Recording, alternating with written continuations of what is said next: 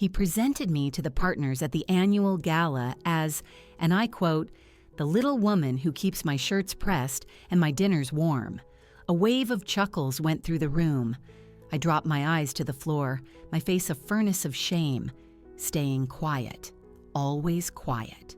And then Mr. Sterling, the CEO, stepped out of the crowd and put a hand on my shoulder. "We are so pleased," he announced, "to be bringing on our new Director of International Strategy." My husband Gregory went rigid. His smug grin faltered, flickered, and then died completely. "She's practically my own personal assistant and chef," Gregory had declared to the gathered executives.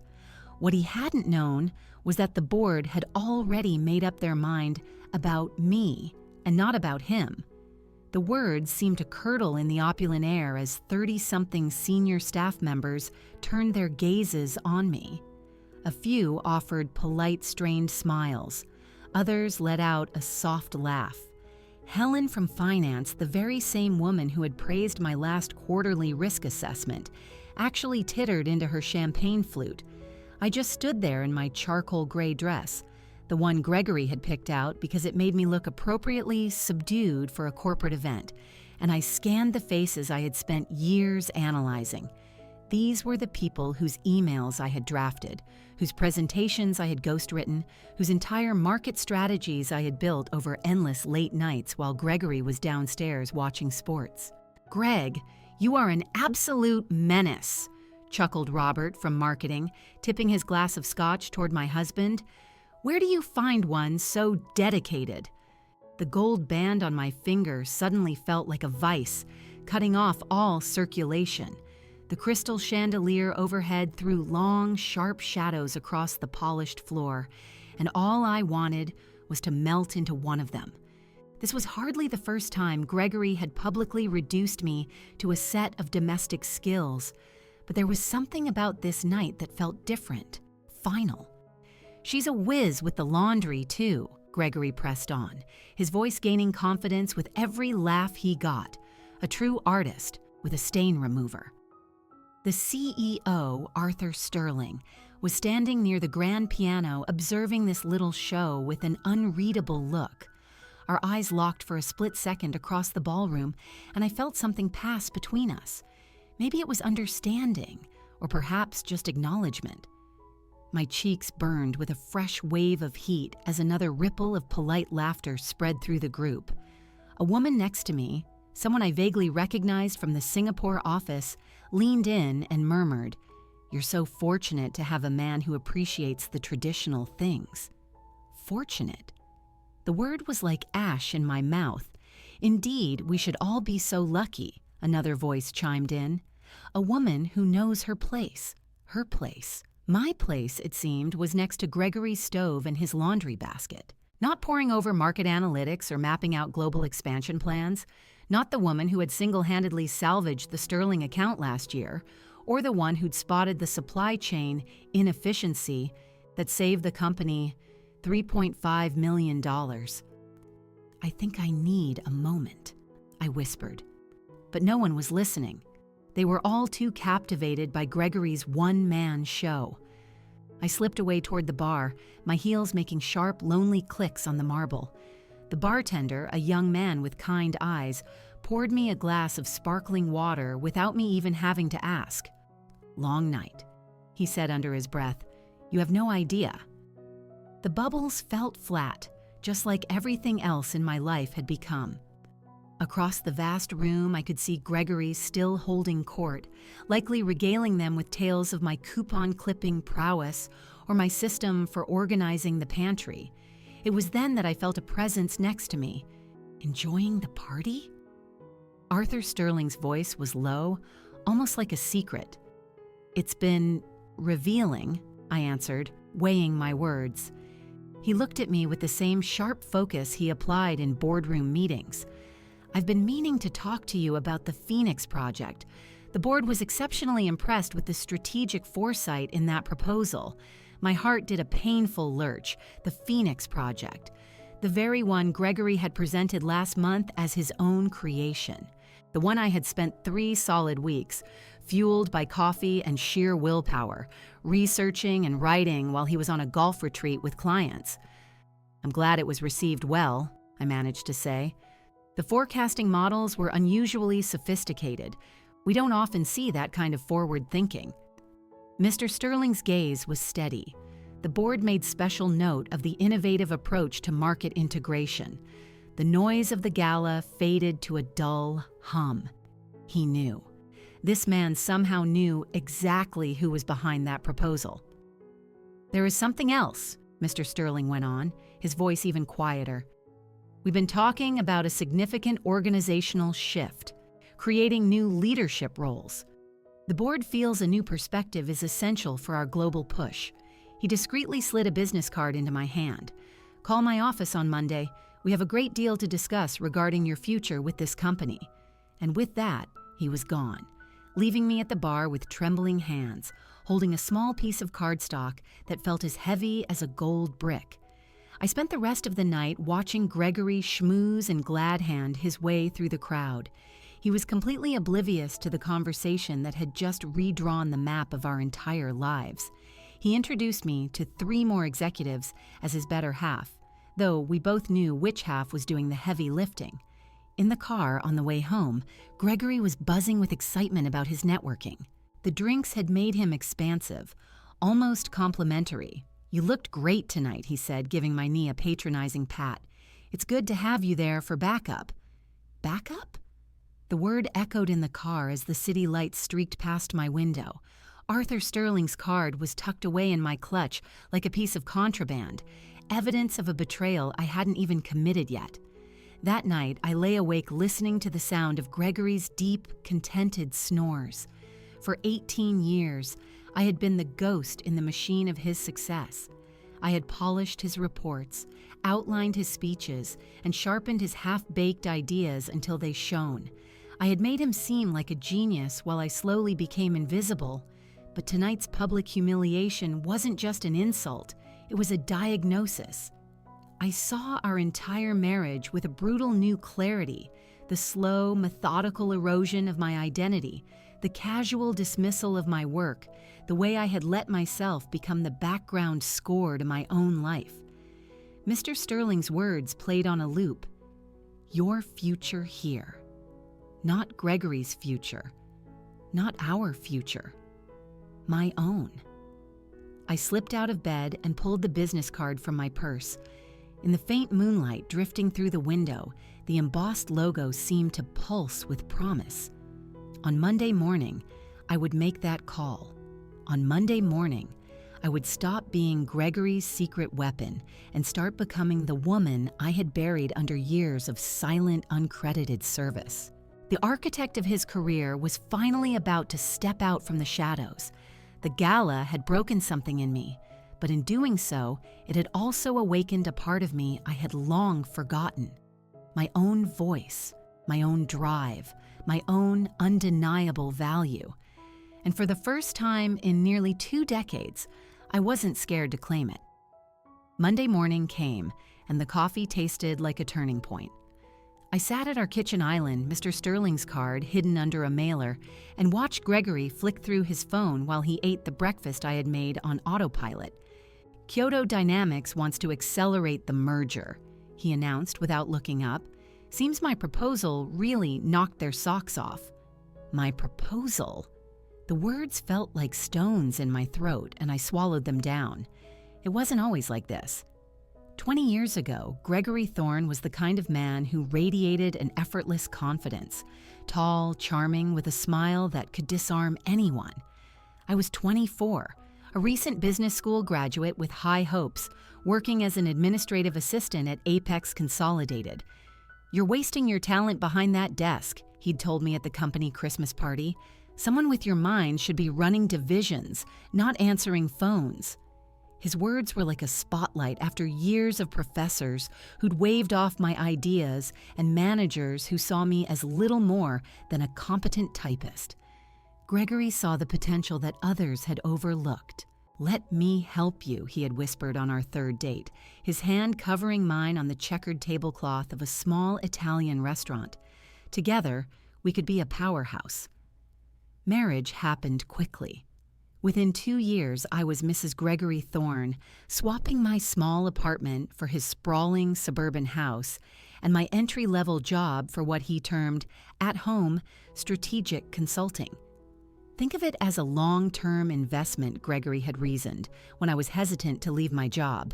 You help me get my footing, and once I'm established, we'll have the capital for you to launch your own firm. It's a partnership, not a sacrifice. It made a certain kind of sense at the time. Gregory had the charisma and the connections, but his strategic thinking was superficial. His analyses were a mile wide and an inch deep. I had the analytical mind, the research prowess, the knack for seeing the patterns everyone else missed. Our first real project together was a competitive analysis for a new client. Gregory did the schmoozing, and I built the strategy from the ground up. When they landed the 7-figure contract, we celebrated with champagne in our living room. "See, Eleanor," Gregory had said, pulling me into a hug, "we're the perfect team." Team. That word meant something different back then. The requests started small. "Could you just give this a once-over? Tidy up the language, then they got bigger. I need a complete competitive landscape analysis by Friday." Soon, they weren't requests anymore. They were expectations. Gregory would come home, drop a stack of files on my desk, which was really just the corner of the dining room table, and expect a fully formed strategy to materialize. I didn't mind at first. There was a thrill in seeing my ideas succeed, in watching Gregory present concepts I had meticulously developed. It felt like a shared victory. When he was promoted to senior manager, I felt a surge of pride. When clients began asking for him by name, I felt a sense of accomplishment. The Kyoto Dynamics deal was the real turning point. They were a Japanese tech giant looking to break into the US market, but their previous attempts had been disastrous. Gregory came home one night practically vibrating with a mix of excitement and terror. "This is the one, Elle," he'd said, yanking off his tie. "This is the account that gets me a vice presidency, but their demands are insane. They want a full-scale market penetration strategy, risk assessments across a dozen sectors, and financial modeling for a 10-year rollout." I spent the next month immersed in Japanese corporate culture, analyzing currency markets and building predictive models that accounted for everything from regulatory hurdles to supply chain logistics. Our dining room table vanished under a sea of spreadsheets and industry reports. I was working 20-hour days, living on caffeine and sheer drive. The night before his big presentation, I handed him a polished, leather-bound portfolio. It contained 80 pages of the most rigorous strategic plan I had ever created. It was all there: charts, projections, contingency plans, all cross-referenced and color-coded. "This is unbelievable," he'd breathed, flipping through the pages. "You've covered every possible angle." The next day, Gregory came home with a bottle of vintage champagne and the news that Kyoto Dynamics had signed an exclusive partnership. His bonus was enough for the down payment on the house we'd been eyeing. "We did it!" he shouted, popping the cork. "This is a reason to celebrate." But when he took his department out to a fancy steakhouse the following week to celebrate the win, I wasn't on the guest list. When the company newsletter ran a feature on his visionary approach to international partnerships, my name was nowhere to be found. And as I stood washing dishes in our brand new kitchen, I heard him on the phone with Kyoto's CEO, personally accepting thanks for his brilliant insights. That's when I started noticing the pronouns. It was always my strategy that landed the Henderson account, not our strategy. It was my analysis that identified the market gap, not the analysis he'd asked for on a Monday and received, fully formed and footnoted by Wednesday. I tried to speak up, just once. A colleague of Gregory's, David, was over for dinner, and the conversation turned to the Kyoto deal. "You know," I said lightly, refilling their wine glasses, "I should really start billing Gregory for my consulting services." An awkward silence fell over the table. David gave a nervous little laugh. Gregory's jaw went tight. Later that night, after David had left, Gregory confronted me in the kitchen. His voice was low and controlled, but his eyes were hard. Don't you ever embarrass me like that again. I was only joking, Greg. Were you? Because it sounded a lot like you were trying to take credit for my success. My success. The words hung in the air between us. My client meetings, my presentations, my reputation, he continued, his voice dropping. You helped me with research, Eleanor. That's not the same thing as closing a deal or managing a team. Don't confuse being supportive with being a leader. I never made that mistake again. The years blurred into a routine. My skills became sharper, and my presence faded further into the background. I became an expert in market forecasting, a master of strategic repositioning, and a genius at turning Gregory's vague notions into profitable ventures. But my name was never on a single proposal. My insights never got a mention in a meeting. My contributions were just the silent engine driving the impressive vehicle of Gregory's career. The irony was suffocating. The more I built him up, the more I disappeared. Every promotion he got was built on a foundation I had laid. Every bonus he earned was for work I had done. Every step he took up the corporate ladder pushed me deeper into the shadows. I kept telling myself it was a temporary arrangement, that once he made senior VP, he would finally have the power and resources to lift me up with him, that our success was a shared entity, even if the recognition wasn't.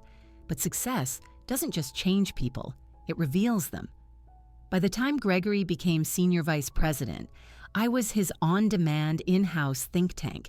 He would bring home complex business problems and drop them in my lap as if I were some kind of intellectual vending machine, expecting brilliant, actionable solutions to appear by morning. The worst part wasn't the lack of credit anymore. It was the slow, steady chipping away of myself, year after year, until I had become exactly what Gregory had called me at the gala, just the woman who managed his home and smoothed the path for his career, until Arthur Sterling's business card served as a stark reminder that I had once been someone else entirely.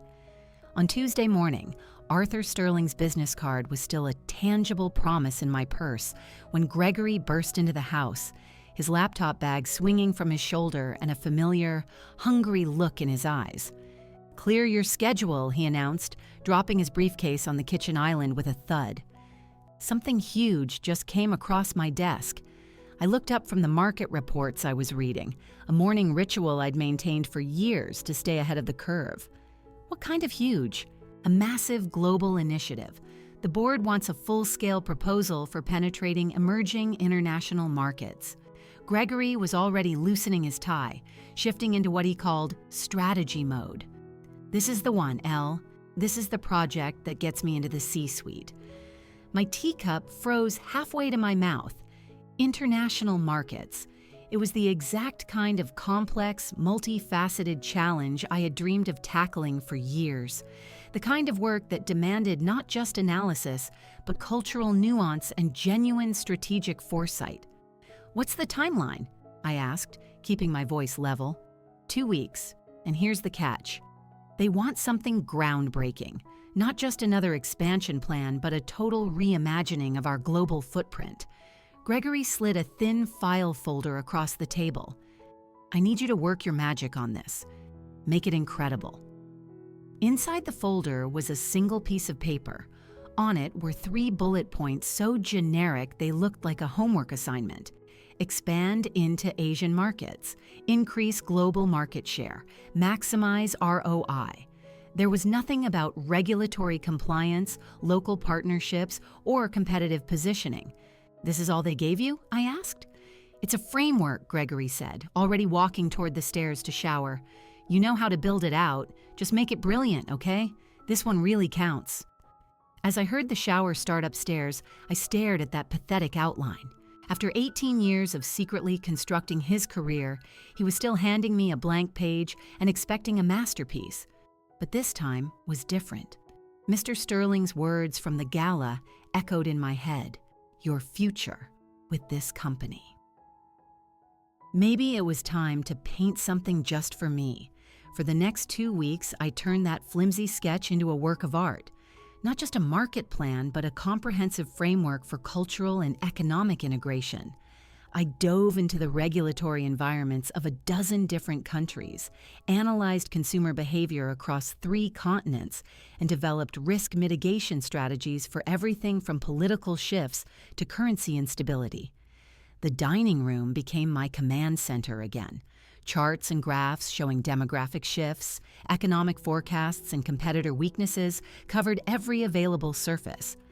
I conducted late-night calls with potential suppliers in different time zones, dissected trade agreements most executives didn't even know existed, and found market entry points that our competitors had completely overlooked. But this time, I did one thing I'd never done before. I made 2 versions. The first version was for Gregory. It was a solid professional proposal with his name on the cover and an executive summary filled with his favorite corporate buzzwords. It had surface-level insights dressed up in impressive-sounding jargon, the kind of thing that looked great in a slide deck but would fall apart under real pressure. The second version was all mine.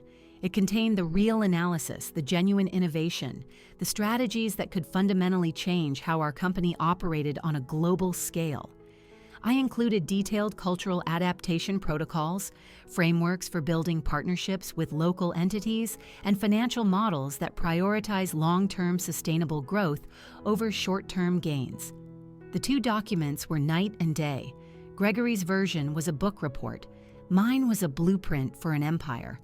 On Friday afternoon, I opened the company's internal submission portal. It was a system I'd taught Gregory how to use years ago, but I had never logged in with my own credentials. My hands trembled as I uploaded my detailed proposal under my own employee profile, the one that still listed me as administrative support, but had been quietly updated by HR years ago to include my MBA and various strategic certifications. Gregory spent the weekend rehearsing his presentation, blissfully unaware. He practiced in front of our bathroom mirror, adjusting his tie, perfecting his look of confident authority. "This proposal is going to redefine this company," he said to his own reflection. "The board won't know what hit them." I sat on the edge of our bed, watching him practice, and the irony was so thick I could barely breathe. On Sunday night, he finally asked to see the final document. "Just email it over," he said, barely looking up from his phone. "I'm sure you nailed it." I sent him the shallow version, the one filled with generic ideas and recycled strategies. He skimmed it for less than 5 minutes before snapping his laptop shut. "Perfect," he said. "This is exactly what they'll want to see." Monday morning dawned, crisp and clear, the kind of day where anything feels possible. Gregory left early for a pre-meeting breakfast, kissing me on the forehead and promising we'd celebrate his big win that night. 2 hours later, my desk phone rang. "Ms. Vance, this is Arthur Sterling's office. He would like to see you in the boardroom at 2 p.m. The boardroom smelled of old leather and new money. Mr. Sterling sat at the head of the enormous mahogany table, my proposal open in front of him. "Close the door, Eleanor," he said, his voice quiet. I clicked the lock and my heart hammered against my ribs. "This proposal," he began, holding up my document, "is extraordinary. The cultural integration framework alone is revolutionary." A wave of heat rushed to my face. "Thank you, sir. The question I have is, was this entirely your work?" The silence stretched. 18 years of being a ghost had all led to this one. Simple question. "Yes," I said. Every last word. Mr. Sterling leaned back, his eyes studying my face with the same piercing intensity he used in multi-billion-dollar negotiations. The board reviewed 2 proposals for this initiative. One was sophisticated, innovative, and truly transformative. The other, he paused, choosing his words carefully, was adequate. I held my breath. 2 proposals. Your husband submitted a document this morning that read like a first draft. It was all buzzwords and no substance. Mr. Sterling offered a faint, almost fatherly smile. But this is the work of someone who understands the global stage on a granular level. He stood and walked to the vast window overlooking the city. "We aren't just looking for an expansion plan, Eleanor. We're looking for the person to lead it. The words hung in the air, a direct challenge. The board has been discussing a significant restructuring. We need someone based in our London office to oversee all of our European and Asian operations. Someone with a fresh approach and a proven track record of strategic insight. He turned to face me. Someone who actually wrote the proposal we are about to green light. My hands were shaking. What are you offering me? I'm offering you the position of Executive Director of Global Operations, effective immediately. The room seemed to tilt. Executive Director of Global Operations, the exact position Gregory had been scheming to get for the last 3 years. There's a formal announcement being drafted, Mr. Sterling continued, but I wanted to discuss it with you privately first. Outside his window, the city seemed to stretch on forever. Somewhere down there, Gregory was probably at a celebratory lunch, still certain about his afternoon presentation. When do you need an answer? I asked. Take a day, Mr. Sterling said. But Eleanor, the board convenes tomorrow morning. If you accept, your first order of business will be to present this proposal yourself. I walked out of that boardroom with a secret that felt heavier than the building itself. For the first time in 18 years, someone wasn't asking me to be silent. They were asking me to speak. That night, I sat in our living room and watched Gregory run through his talking points one last time, completely oblivious to the fact that the woman he had spent a lifetime silencing was about to find her voice. Monday morning broke with the kind of sharp, cold silence that comes right before an earthquake. I was in the kitchen when Gregory's phone buzzed with the company-wide email alert. He glanced at it while spreading jam on his toast. Then he froze. What in the hell is this? His voice had a tremor in it that I had never heard before. The knife clattered onto his plate as he stared at his screen, his eyes scanning the same few lines over and over. I poured myself a cup of coffee, my hands steady even as my heart did a series of backflips. What is it? This email. He looked up at me, his face a mask of pure confusion. It says you've been appointed Executive Director of Global Operations. The kitchen fell so silent you could hear the clock ticking on the wall. Yes, I said, taking a sip of coffee. I accepted the offer on Friday. The silence that followed was absolute. Gregory's expression shifted through a rapid series of emotions. Confusion, disbelief, and then a rising tide of panic. Then he laughed. It was a short, harsh bark of a sound, completely devoid of humor. That's not possible. It has to be a mistake. He was already grabbing his phone. I'm calling Arthur to get this straightened out. Gregory. My voice was much calmer than I felt. There is no mistake.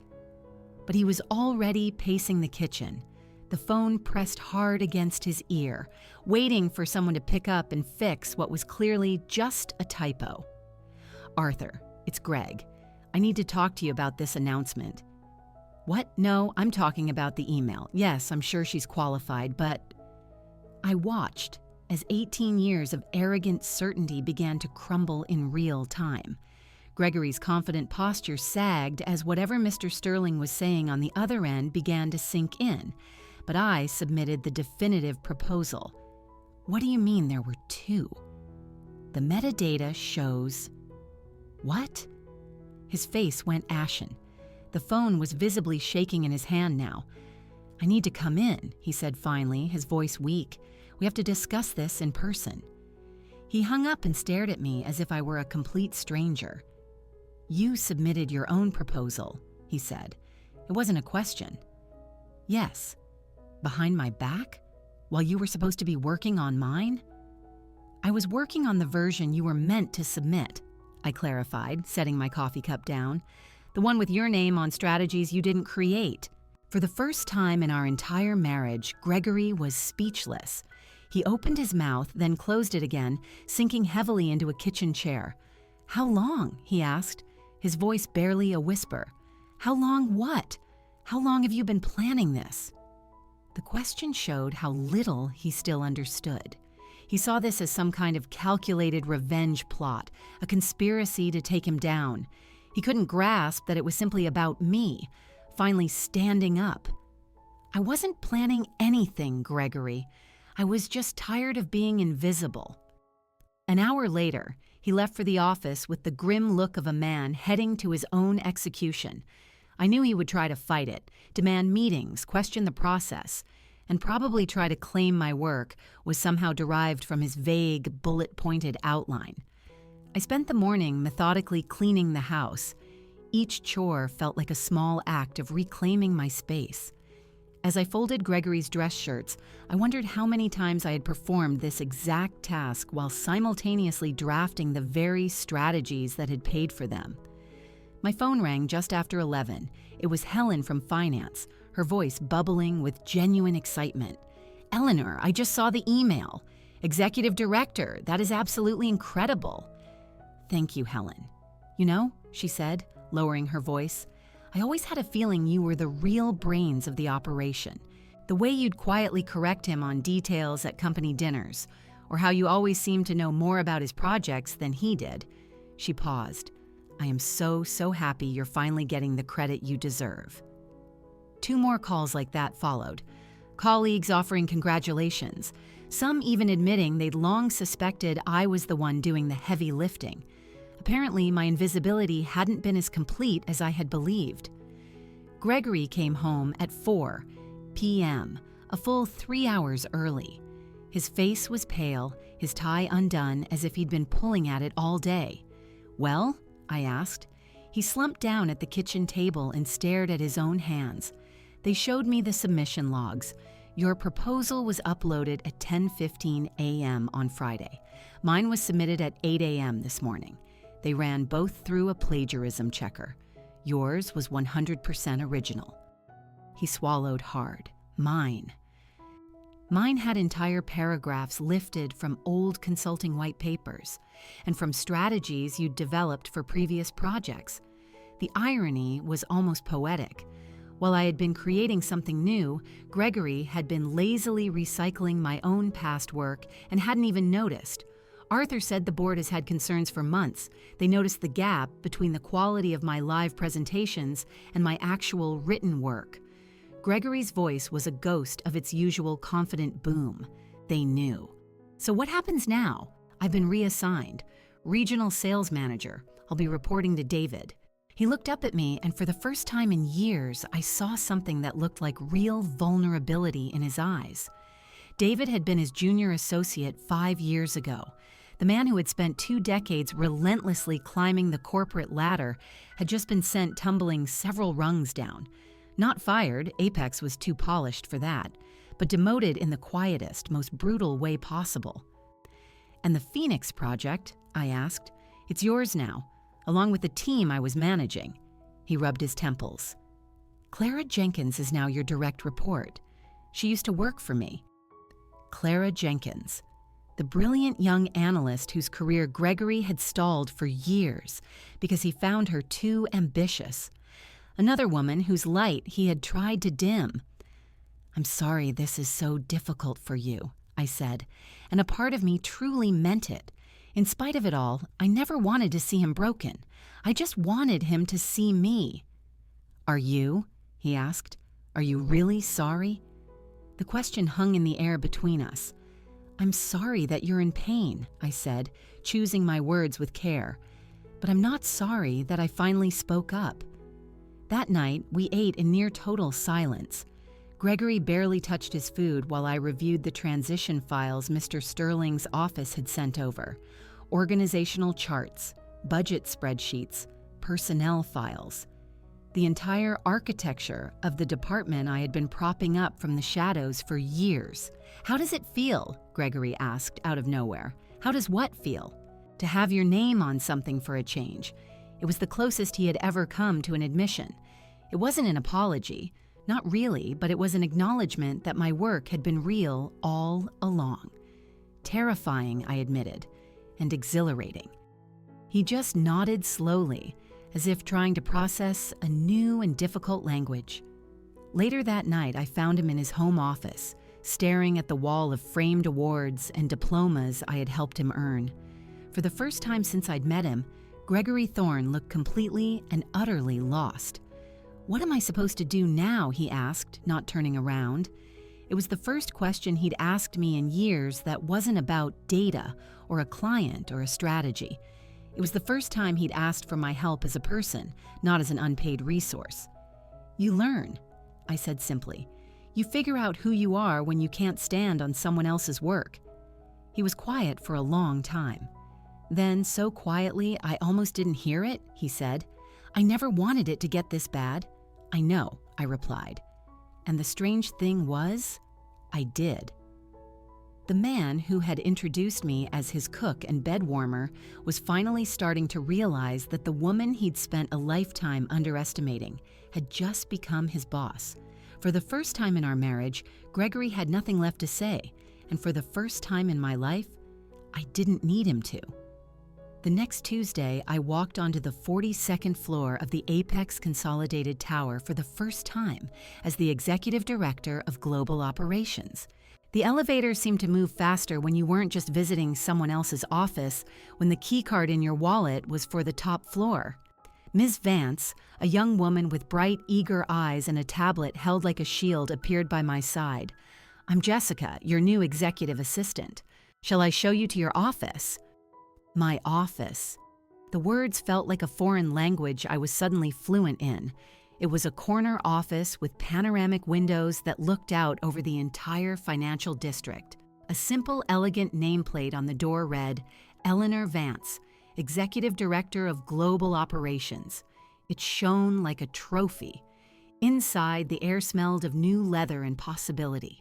A sprawling mahogany desk, a set of plush chairs, and a conference table that could comfortably seat a dozen people.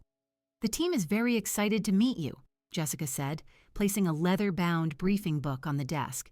"I've scheduled a series of introductory meetings, starting with Clara Jenkins at 9. My team. People who would now look to me for direction, for leadership, for strategy." The thought was still overwhelming. The first meeting was with Clara, the brilliant analyst whose career Gregory had so casually stifled. She knocked on the doorframe hesitantly, her posture that of someone used to being told to wait outside. "Clara, come in, please sit." I gestured to the chair opposite my desk. "I've spent the weekend reviewing your portfolio. Your deep dive analysis on the South American market was outstanding." Her eyebrows shot up. You read my full reports?" "All of them. Your insights on consumer psychographics were precisely what this company needs more of." I leaned forward, my hands clasped on the desk. "I want to talk about promoting you to lead strategic analyst for the Americas." For a brief, shining moment, Clara looked as if she might burst into tears. "Mr. Thorne always said my work was too theoretical, not practical enough for the board." "Mr. Thorne was mistaken," I said, and the words felt solid, real. "Your theoretical frameworks are what turn good ideas into game-changing ones." Over the next few hours, I met with the rest of the team. Each conversation told a similar story. Incredibly bright people held back by a risk-averse, credit-hoarding manager. There was Marcus, a junior data scientist with revolutionary ideas about using AI for predictive market modeling, whose proposals Gregory had dismissed as too futuristic. There was Linda, whose demographic studies had identified a massive, untapped market in Eastern Europe, a region Gregory had deemed outside our core focus.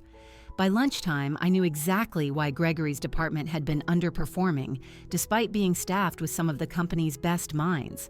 He had been a dragon sitting on a hoard of gold, too insecure in his own abilities to let anyone else's treasure see the light of day.